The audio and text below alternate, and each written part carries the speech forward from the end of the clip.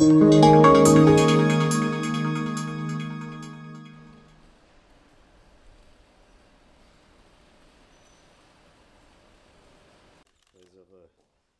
nous recevoir. Merci de venir dans nos deux pays.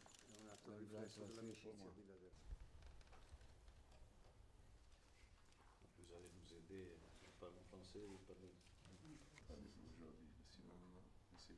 J'ai eu le privilège d'être reçu longuement ce matin par le président du Conseil des ministres italien, auquel j'ai remis un message écrit du président de la République, M. Abdelaziz Bouteflika, entrant dans le cadre des consultations régulières entre nos deux pays, fondées sur le traité d'amitié, de bon voisinage et de coopération qui lie nos deux pays. L'Italie est un pays partenaire important de l'Algérie, c'est notre premier client. L'Italie est un pays qui joue un rôle important en Europe, dans le bassin méditerranéen, en Afrique.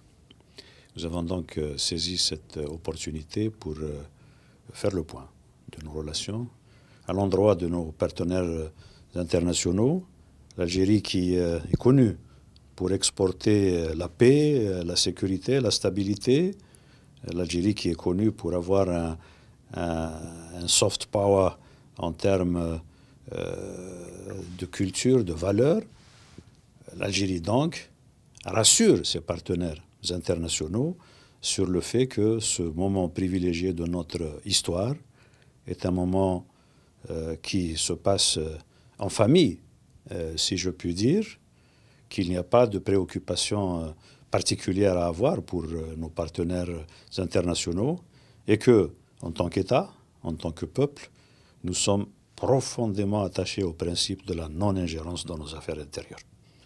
Nous rassurons nos partenaires et nous leur disons, continuons à développer notre partenariat mutuellement avantageux, continuons à faire le travail diplomatique normal d'information mutuelle, mais prenons garde à ce que des forces occultes, des ONG, des individus, que sais-je, développent des intentions d'ingérence, d'intervention dans nos affaires intérieures, parce que là, c'est toute la nation algérienne qui, comme une seule personne, s'opposerait à ce genre de velléité. L'État algérien accompagne tout naturellement ce moment important de l'histoire de notre pays. Accompagne à travers les initiatives que chacun connaît, l'accompagne à travers une grande écoute à l'égard de la jeunesse algérienne qui exprime dans son style à elle, avec beaucoup de détermination, de conviction, exprime des aspirations, des exigences démocratiques, économiques, sociales.